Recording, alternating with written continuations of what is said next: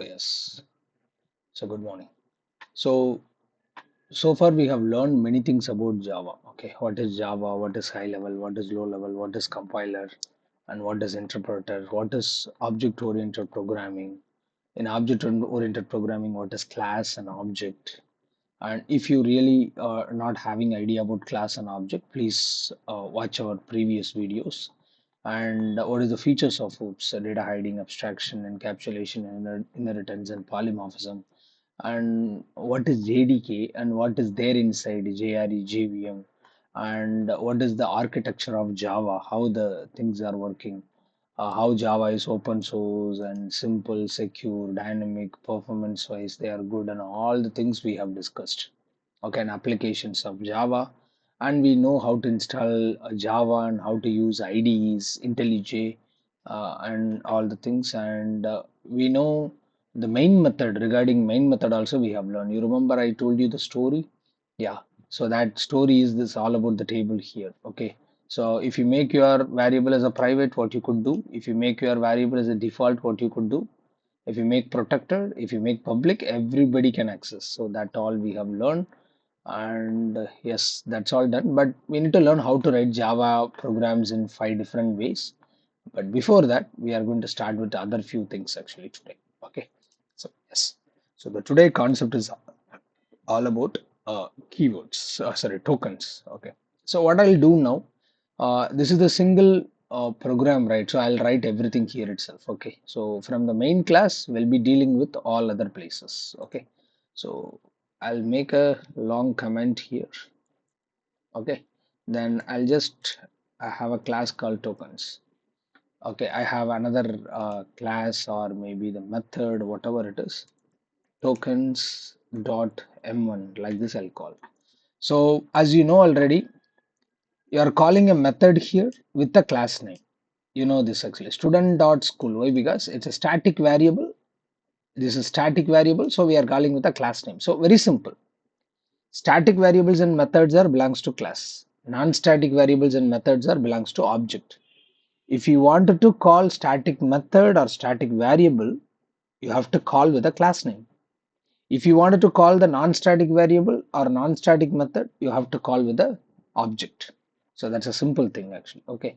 Even I can create a separate class also, but if really needed, or else I'll do one thing within a same class only. I'll just create another few methods. Okay. So let's go for method by method. Okay.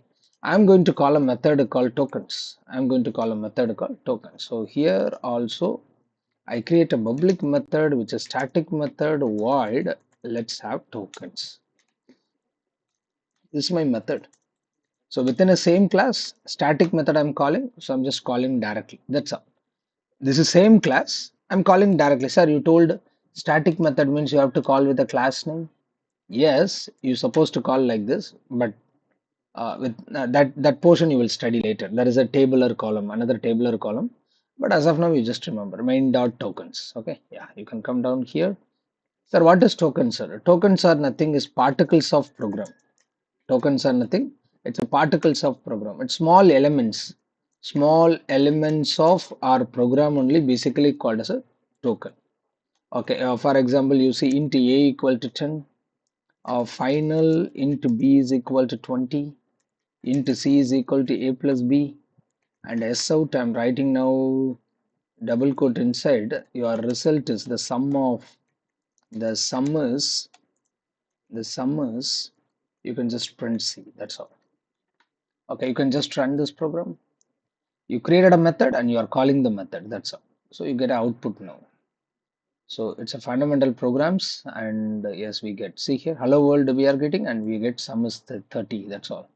Hello world, I think maybe somewhere it is there at the beginning. Okay, you can comment it if you don't want. Yeah, that's all. Actually, one small addition of two numbers program we have written, but this program is all about the combination of tokens. Tokens combined together only this program is. Sir, what is tokens? The semicolon is token. This value is token. This equal to token. This int is token. So every part, the dot is token. The semicolon is token. Plus double quote, everything is token. That's what people say. So that's what in another way people say is token is a combination of token is a combination of keywords plus identifier plus symbols plus string and constant. So this is what basically these are the elements combined together. We call them as a token. If anyone wants to write a program, first they have to understand what is tokens. So this is what that. Okay, yes. So let's study one by one. What is keyword and everything. Yeah. So simple. If you wanted to start with the keywords, keywords are reserved words. Keywords are reserved words. It's kind of magical words created by James Gosling. Created by James Gosling for our usage. Okay, so maybe when James Gosling developed Java, so he thought that they may in need of many program when they are solving the problems, they may need a lot of tools actually. Yes, if you are doing some work, you need some tools. So like that, the programming is our tool. In that, some magic tools are there. There's a magical words. If you do that, if you use them, you get some extra power kind of actually. So for example, you want to do repeated work, then there is a keyword called for. Okay, you wanted to stop this looping program, then you have a keyword called break. Okay, you wanted to skip the iteration, then you have something called continue. You have if, you have else. Okay, you have a lot of things like this. You have new, it creates an object. You remember, new is a keyword, it creates a new object. So it's a magical word. You are not doing anything, you are just simply using the keywords. So you are getting some power actually, kind of. You can say you in childhood days you might have watched some shows or series, web series or shows or something. Even I remember when I was in childhood, there is one serial called G Boombo. It is all about one boy will get the magical pencil. So whenever he wants something, he'll draw in that paper, and whenever he say that mantra, then immediately he'll get it. If he need ice cream, he draw ice cream and he'll tell the mantra, then he'll get ice cream. Cycle, pen, car, whatever he wants, he'll get it everything. So kind of that magic mantra, nothing other than that. Okay. So they even James Gosling have given power already. Our duty is use and finish our work. That's all. So this is what keywords. Actually, in Java, people say in the version 8, okay, but now we have 64 plus keywords we have actually, Java keywords in advanced version. Java 21 and all, if you ask me, we have nearly around 61 or 64 keywords are available, but no need to worry. Totally 53 keywords according to Java 8. So totally 50 keywords are there, 3 reserved literals are there. What is reserved literals? Reserved values. Basically true, false, and null. These all are values basically. True is a value, false is a value, null is a value. Coming this side as a 50 keywords, then that 48s are used keywords, 2 are unused keywords. What is unused keywords? It's a weird concept. Java reserved 2 keywords but not in a use. Means Java reserved goto as a keyword, const as a keyword, but you should not use. You should not use this both keyword. Reason is they may use in future because all other languages have these keywords, so they have reserved it. In future if it is required, we may use it. That's all. And concept wise, I have categorized all the keywords. And data type, if you take, there are 8 keywords, 8 reserved words are there. Flow control wise, if, else, while, do, for, break, continue, and everything. Modifier wise, public, private, protected, and final, volatile, transient, multiple things. Class level, object level, exception level. Void is a keyword. Enum is a keyword. So there are multiple keywords. All together, it's totally 53. 3 are reserved values, and 50 in the 52 are unused keywords. So these are the things. But when you come version 21 and all, so we have few more keywords. Nothing to worry, we can get it from Google actually, then we can understand. So that's a keyword. Sir, in our program, what an all keyword, if you ask me? Int, final, int, these all are keywords. That's all. Okay, yes. What is final? Final means constant in Java. Okay, nobody can change the value. So this is what keywords done. Next one is identifier. Identifier. Identifier is all about names, names given for class or variable or method or object, or it can be anything. Okay, so yes, magical keyword. Okay, and moreover, it's a predefined. Predefined, yes, as I told you, James Goslin have defined, you can use them, that's all. Identifier, when you come, it's a user defined. User defined means as a developer is our choice. Okay, so what is identifier, sir? How do I identify students? By their name? Yes. So like that, you are writing a program, right? How do I remember the class name? There is a name. How do I remember the method? There is a name. How do I remember this method? There is a name, tokens. Okay, I can easily remember them. How do I remember the variable? That's the name. So the name you have given for variables or methods or functions or class or object, this is basically called as a identifier. It's used to identify a class, it's used to identify an object, it's used to identify a method, it's used to identify a variable. That's how it works actually. So yes, int a equal to 10. So a is my identifier. Okay, yes, that's all. So it's user defined, it's your choice. But understand one thing, we have a naming rules. It's my choice means it's not that whatever I want I can give actually. No, it's a naming rule is there. Rule means you must follow. Okay, so your identifier must starts with alphabet or underscore or dollar. No other things. Numbers, no. Numbers are not allowed. You cannot start your variables with numbers. Okay, but followed by numbers are okay. So wait a minute, I'll uncomment this. I'll put multi-line command. That's all. Yes. Even you can have this also.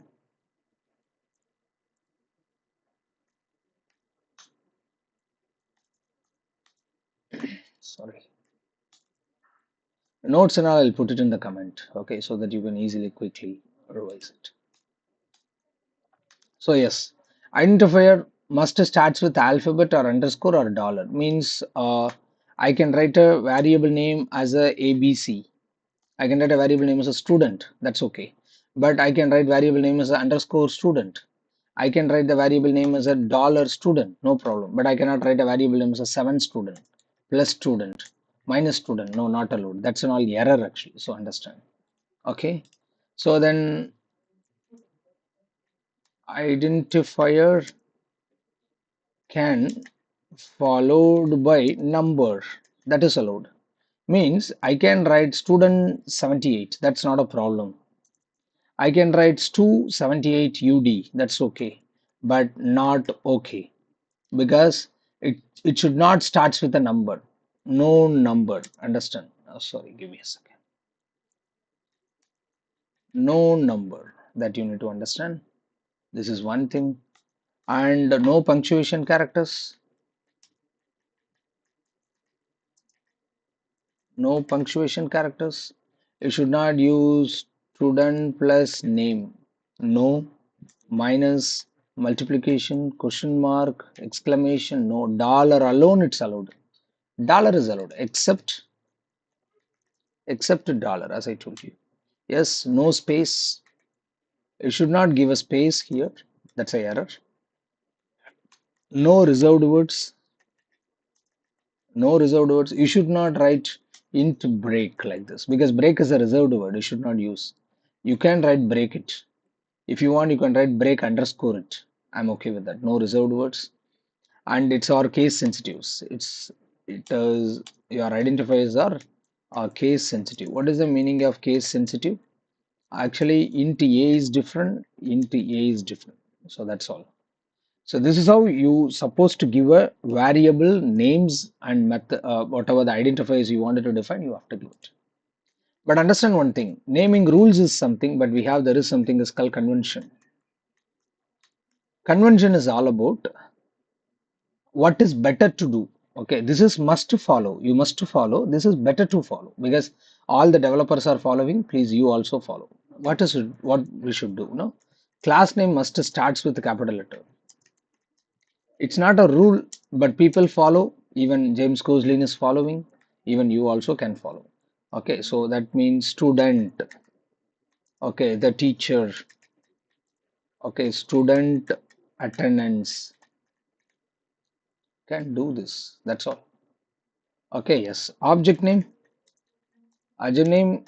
can be starts with small letter. And if you have, two letter words, then you can capital letter also can go. For example, student. That's all. Okay, for example, you can go for teaching staff. This yes can be go with a capital letter. Yes, but starts with small letter followed by capital letter kind of. And method name are the same thing. You can just go for play game, but we put the parenthesis so that we could understand. So starts with small letter, then you go capital letter. If it is a simple method, then you write play. Okay, night shift. Okay, yes, capital letter. Okay, shift means then you can go with only small letter. That's all. So this is method name. If you are making your constant is something which nobody can change, right? So capital letter, pi, Euler value, as well as these kind of things and all, you can go for a constant capital letter, full caps. Okay, this is how it's class, object, method, and variable small letter. You can normally you can data members, correct, right? It's small letters. You can use it. That's all. This is the naming rules you must follow. That's all. Next one is symbols. You can see here keyword identifier. Next one is symbols. Symbols are nothing is a special characters and operators. Symbols are nothing. Symbols are nothing. Special characters and operators. So in our program, if you see here, the plus have some meaning. It's a symbol, semicolon, as well as dot, as well as plus. Everything has a specific meaning. In the place of semicolon, we cannot use colon. In the place of plus, you cannot put a dot because that's all error, correct, right? So every operators have some specific meanings. We'll study in future arithmetic operator, logical operator, comparison operator, dot operator, and assignment operator, ternary, everything you will be studying in the future. So this is something called operators, and we have there is something is called string. String. String is one of the very important concept. Yes, string is a built-in class as well as object. We'll study future. String is immutable and everything. No need to worry. So as of now, string is a combination of alpha plus numeric plus special characters. Okay, anything you enclosed within double quote, it's basically a string.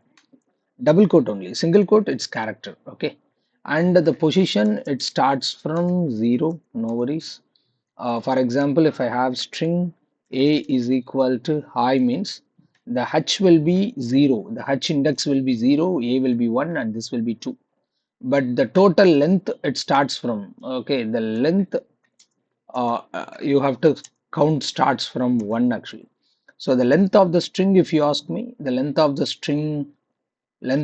a string, if you ask me, it's actually 3. Length of the string, if you ask me, it's a 3. But position, if you ask me, the positions will be 0, 1, and 2. That's all. Give me 1 second. Yes. So the position starts from 0 and the length starts from 1. Sir, I wanted to find out the length of the string, sir. So you have to write a dot length. Length is a method, don't confuse. Because in array, length is a property. In string, a dot length. And moreover, string can be defined in two ways. With the new keyword also you can do, uh, without new keyword. There are two way of defining a string. String a is equal to high. String a is equal to new string high. How we create object, right? Already I taught you how to create object. New is a keyword. It creates a new object. Student is a constructor call. So that's in that way also you can able to create the object, string object. Okay, but don't think about this as of now. I'll explain later what is the difference between this and this. And a dot length is a string. As of now, this much only. Okay, and there is another rule here. Number plus number, you get a number. If you wanted to say 10, 5 plus 5, actually 5 plus 5, you get a 10. But when you do number plus string, you get a string. Okay, this operation we call it as a addition operation. Okay, whenever you use a plus operator with two numbers, that's addition. But whenever you are using two string, for example, you just have hi and you just have by. This will produce high and by, high by it produce. So this is basically we call it as a concatenation. Concatenation means merging two strings. And when you are coming for again string plus number, nothing worst, same thing only. Sorry, wait a minute. Number plus string. Okay, so you are writing 10 plus by, it will be 10 by. If you write high plus 10, 10 is a number, right? Oh, so that will be you get high 10. That's a concatenation again. Sir, what if I get string plus string? That is also, yes, C++ language which produce a error. You cannot add two string. But in Java, it concatenate and it produce the output. Okay, so the one operator, the operator overloading, actually people say one operator can do multiple work. That is a plus. So in Java, plus does two things actually. One is addition, one more is concatenation. So there are two things are there. So this is constant, and the final one is basically constant. Okay, so constant. Constant is something which nobody can change. Nobody can change. Once you define that nobody can change. Sir, how do we do that, sir? Final. If you put final, then it is yes. Actually, you can make your class final, you can make your method final, you can make your variable final. We will study later about it. As of now, a variable, if you define with final, that nobody can change.